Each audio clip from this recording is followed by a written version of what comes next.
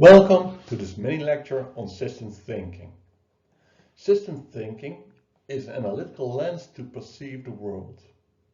And we believe that system thinking can be a very powerful tool to help you solve real-world problems, to understand the problem as well as potential solutions.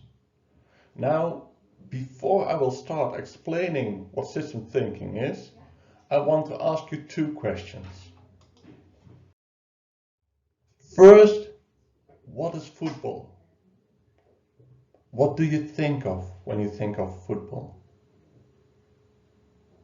What are its essentials? And the second question, what's academic education?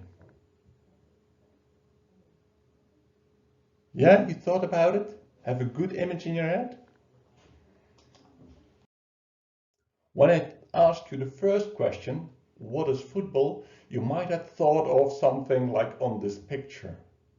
Playing football, maybe you envisioned your favorite football team, 11 players playing football in a stadium.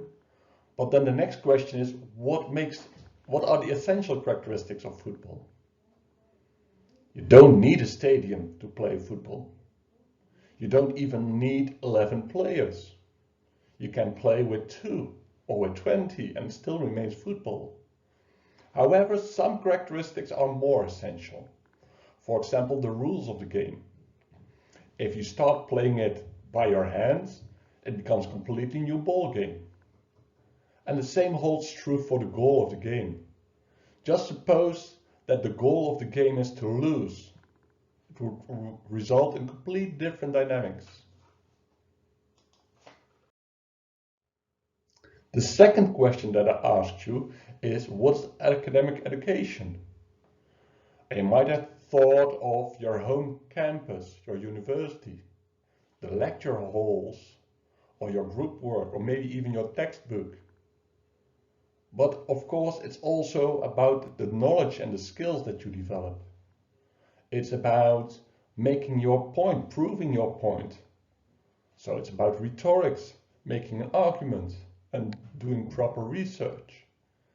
So apparently, when we think of these concepts, we often think of clear visual artifacts, the world around us. But there are other things that are more implicit, which are highly relevant.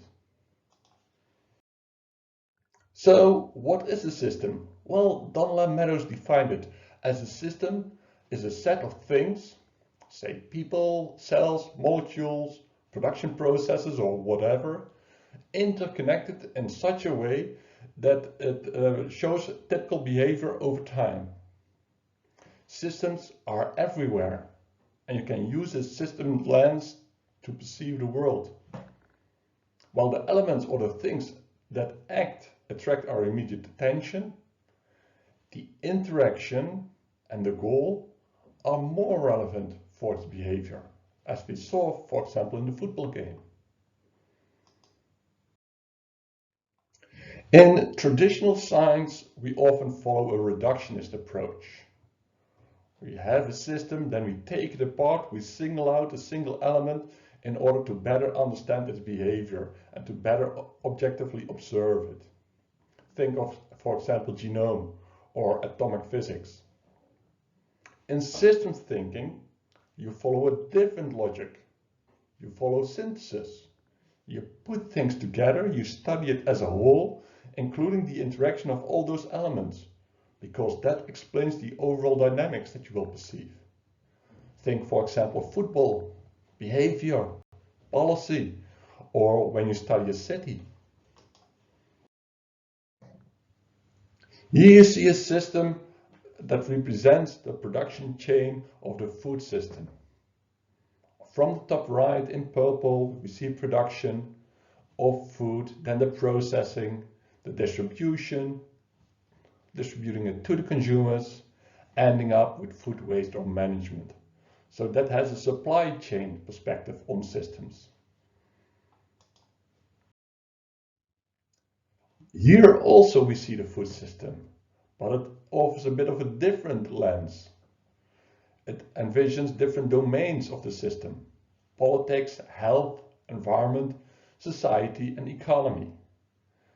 So you see that there are different possibilities on how to operationalize systems. Let's go to another example. The energy system. For example, you want to apply solar cells on the roof of your house. That generates electricity at a household level. That's the right-hand side of this graph.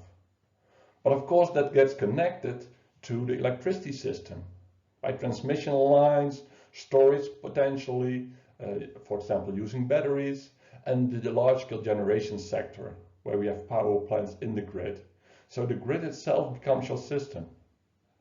But also here, this is not the only way you can operationalize your system.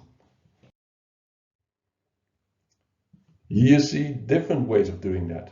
You can focus on the component level, the PV system itself. You can focus on the building level, integrating it in a house.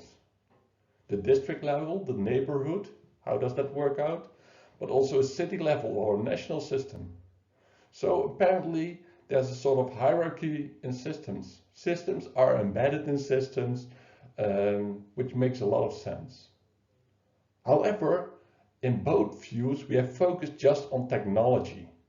But where are the stakeholders in this? The citizens, politicians, companies. Just look around you. You live in a social world, a world defined by people, made by people, in which people live. Those people change the world and steer developments by their actions, values and preferences, routines, decisions and interactions. If you want to understand that world, you'll have to study those people and their social system. And that's essentially what you do when you study a socio-technical system, combining technology and social aspects. Yes, technology can be important.